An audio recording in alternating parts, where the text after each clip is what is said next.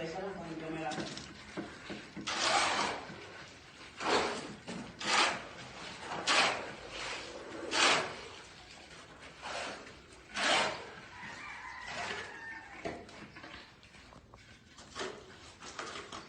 Ito pa, libo ka pa niya. Dalawa lang kayo? Opo. May ilim pa na electric. Ha? Nagka-electric ko sige. Sobrang hihit siguro yan. Dali na naman. Seryoso. Ha?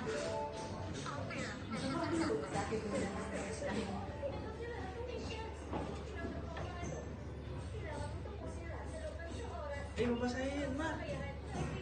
Basahin ko.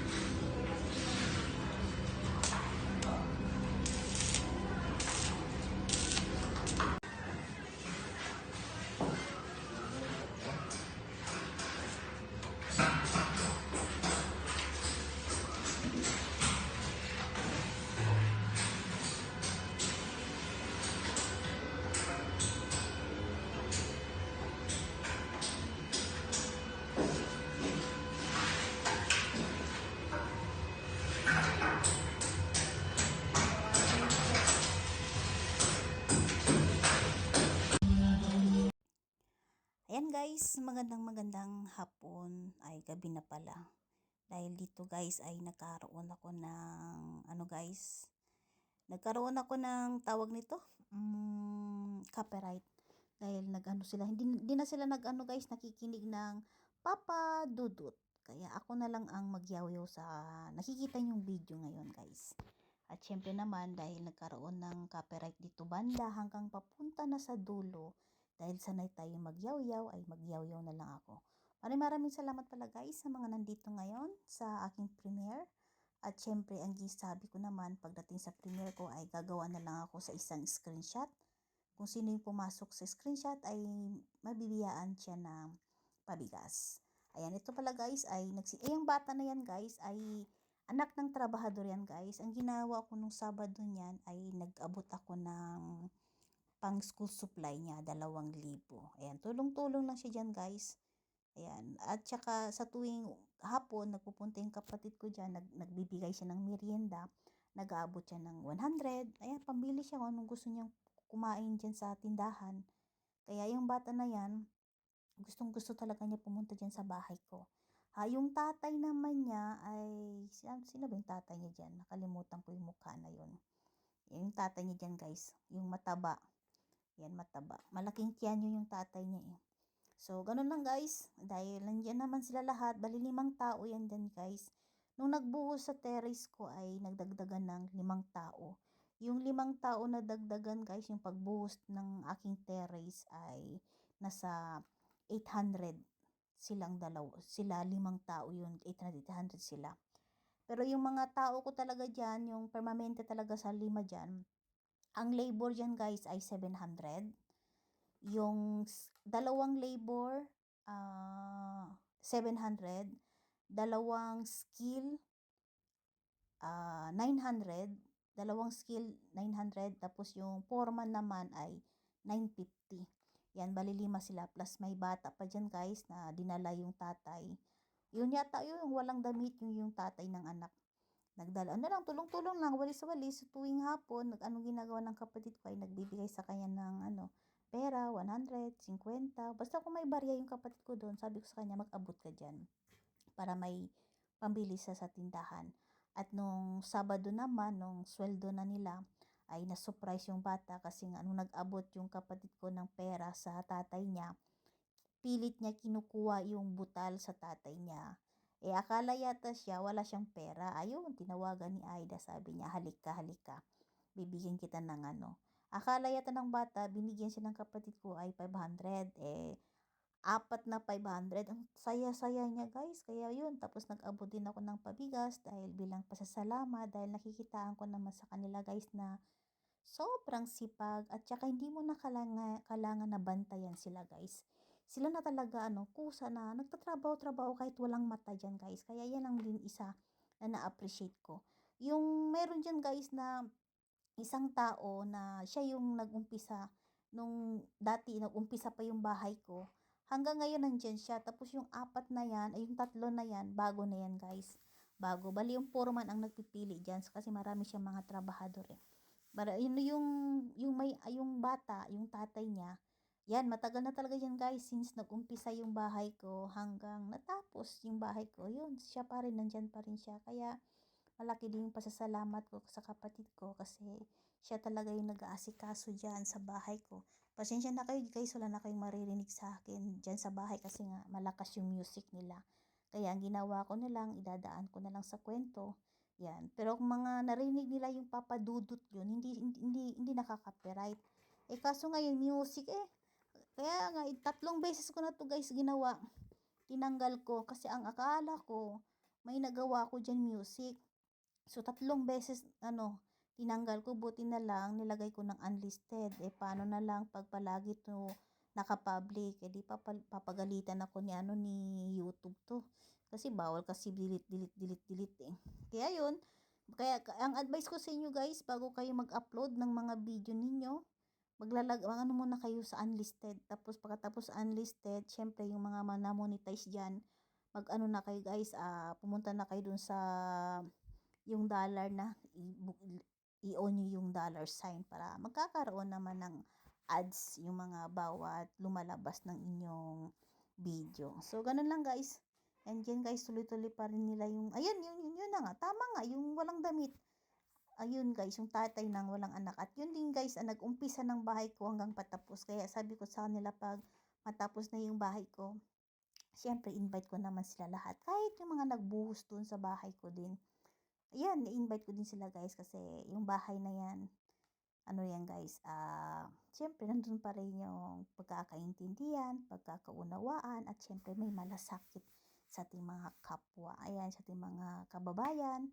Syempre hopefully, i-bless pa tayo ng Panginoon kasi isa na din ako ganap na YouTuber na mag-umpisa tayo magkawang gawa. Syempre, yung mga hindi naman malakihan na nag-aabot tayo, at least kahit paano nagbaabot tayo ng blessing. O di ba guys? Hindi naman yan sa kalakihan kundi kung paano ka talaga nag-aabot nga bilang yung nasa puso talaga. Di ba guys? So ganun lang guys, at ako'y humingi ng pasalamat sa aking mga kaibigan sa kabilang platform, sa mga Team 7 Blessing, Team Toto 24, Team Oret, at saka mga Pillar of Hope. At syempre, yung aking mga kaibigan dito sa YouTube naman, sila Saron, tsaka si Mama Lu, yan sila guys. Since noon hanggang ngayon, sila Lolo Pel, ayan si Sergio Sacar, lagi ko nakikita nandyan palagi sa akin. At si Ma'am iVlog naman, nagpa-member sa akin. Binabalik ko din siya guys, nag-member din ako sa kanya doon. Tapos sila, Sir Heavenly Vlog, sila Ma'am Gina Ramos, sila Sis Fine, ayan, wala akong masabi mga yan guys. Siyempre si Lolo Pel, ayan, humingi ako ng pasalamat sa inyo guys patuloy pa rin nagsusuporta sa akin, ayan. At siyempre yung mga nakilala ko dito sa YouTube, ayan, thank you so much, Sis Elocana ng Singapore. Nakita ko yan guys sa personal, at siyempre nakapagawa din kami ng content dun sa Garden by the Bay ba yun? Ayan, nagsama kami doon. Siyempre, nag-abot din tayo ng pa-blessing doon na, ayun, pang lunch ba yun o pang dinner time ba yun? Yan lang guys, bilang isang tao, magpakabait lang tayo, bigod lang tayo sa kanila, yan lang, marunong tayo makikisama. Kasi pag maging ingrata ka naman, wala kang mapapala sa mundo. At syempre, kung anong meron tayo, mag-abot tayo ng pa-blessing kasi lahat naman yung kung anong meron tayo, hindi natin madadala yan sa langit, di ba guys? Kundi sarili lang natin. Yan palagi ko sinasabi guys. Yan, lahat mga naimpundar natin maidadala yan. Yan, ang tunay na kayamanan guys, yung may malasakit ka sa kapwa. Siyempre, yung salita ng Panginoon, huwag nating kalimutan yung commandment niya. Kailangan, di mo na kailangan alamin lahat o maging ano yung tawag doon na religyoso. Ayan, isa-isip mo lang yung commandment ng Panginoon at sigurado yung disobey natin yung ating mga magulang. Ayan, bigyan natin yung mga nangangailangan, yung mga nagugutom, yung nauuhaw. Yun lang, ganun lang kasimple yung salita ng Panginoon. Ayan, dahil naka-copyright tayo, ay dito tayo magyaw-yaw. Yan guys, ay banyo ko na yan guys. Yan yung banyo ko sa baba. So, okay na guys, ready na siya isalpak yung ating inodoro. At ito naman yung aking dirty kitchen. Ayan, andun ba na ating dirty kitchen? At ito naman yung ating labasan. Ayan. Dalawa yan guys, isang maliit na gate at saka yung malaking gate. Mapibiyaan tayo ng Panginoon na magkakaroon ng service na 4 na gulong doon sa kabila, sa garahe, di ba? Pero pag yung mga bisita, dito sa maliit, yan guys, garahe yan guys. Yan ginastos ko lang guys, dyan sa garahe hanggang papunta sa terrace, sa mga bintana. Yung bintana guys is worth of 46,000 yung bintana. Meron ako 9 na bintana. May kasama na yung ano guys, may kasama ng, ano tawag doon? May kasama ng 2 banyo, yung hindi nababasa yung aluminum. Tapos may kasama na yung net. Kompleto na yan guys, bale 48,000. Tapos 48,000. Tapos yung aking pintuan naman ay nasa 39,000. Ayan, 39,000. Tapos yung nakita niyo yung aking gate, bintana, hagdan, at saka yung grills dun sa taas ay nasa 40,000 yan guys. Tapos yung mga ginastos ko pa dyan, lahat-lahat. Tapos yung ano ko pa, yung kuryente. Yung kuryente guys, pag wala akong kakilala doon sa aking hipag, ay sigurado umabot siya ng 50,000 guys. Iko-connect ko lang. Abuti na lang may kakilala yung hipag ko, yung pamangkin niya. So, umabot lang siya ng 45,000 yung kuryente pag-connect. Yung tubig naman guys, dahil promo sila, ay lang bayad ng kapatid ko nasa 399. 3,099. So, gawin natin 4,000. Tapos, meron pa yung nag-aabot sila ng 5 kilo na bigas yung sino mag-a-apply na sa tubig. So, kanina lang guys ay na-connect na guys yung aking tubig. Meron na po tayong kontador doon sa labas. So, i-connect na lang nila yung hose papunta doon sa akin. Tapos yung tubig ko, yung kuryente ko naman is waiting naman din. Yung aking bintana, waiting na lang din. Yung aking pintuan, waiting na lang din. Yung aking gate, ayan, nag-umpisa na din. So, ganun lang guys. Bale, overall guys, yung dyan ngayon, nag-umpisa ako sa pangalawa. Umaabot na siya guys ng 250,000. Yan, yung mga gastusin ko ngayon sa pangalawa. Yung napatayo ko na yan guys, 1,000,000 na yan guys. Kaya okay lang, tuloy-tuloy lang. 1,000,000 na yan nagpatayo. Plus ngayon, yung gastusin ko ngayon, yung mga yan, ngayon nakikita nyo ngayon. Ayan na, dito na guys yung aking bigas. Syempre nag-abot ako ng pa-blessing sa aking mga trabahador kasi sobrang sipag nila. Ayan, bali nag-abot ako ng 7 pala guys, 7.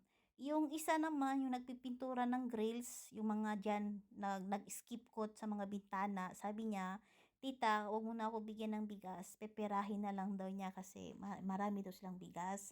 So sabi ko sa kapatid ko, kung magkano yung bigas, yun din ang ibibigay mo sa kanya. Tapos yung kapatid ko naman, hindi na niya dinala yung bigas dyan kasi sabi niya, bitbitin pa daw niya. So, iniwanan niya doon sa bahay. Tapos, eto na lang, dinala dito sa loob ng bahay ko yung mga trabahador na lang, yung 5. Tapos, yun, yung kumukuha naman ng video dyan, guys, ay yung aking pamangkin. Ay, syempre, ako yung magsusuporta sa kanyang pag-aaral ngayon sa kanyang college. Ay, kumuha siya, guys, ng BSN. Yung ba, under sa hospital, bale, siya, guys, sa mga x-ray. Ayan, sa mga x-ray siya, guys. So, every 1 year niya ay 60,000 dahil scholarship siya guys. Ay, siya, 1 year ay 60,000. Pag hindi siya scholarship, so every 1 year ay umabot ng 100,000. Malaki ng pasasalamat ko kasi pumasa siya. Ayan guys, na-finishing na yan guys. So, finishing na yung aking garahe. Tapos yun, sabi ko sa aking pamangkin, huwag ka na mag-alala, hati kami sa aking kapatid. Bale, every 6 months sa akin yung sagot, 5,000 yung tuition niya every month. pagkatapos ng 6 months, magpo-proceed naman yung aking kapatid. Siya din magbabayad sa kanyang anak. So, kalahati-kalahati kami. 30 sa akin, 30 din sa kanya. Ayan, yan din yung tulong ko din sa aking kapatid. Kasi siya talaga nag-aasikaso. At syempre, yung aking foreman dyan, yung aking foreman guys ay aking kumpare. So, nag-promise ako sa kanya dahil siya yung umasikaso din sa aking bahay ay mag-aabot ako sa kanya ng ref. Yan, pag may sobra pa ako, mag-abot ako sa niya ng TV.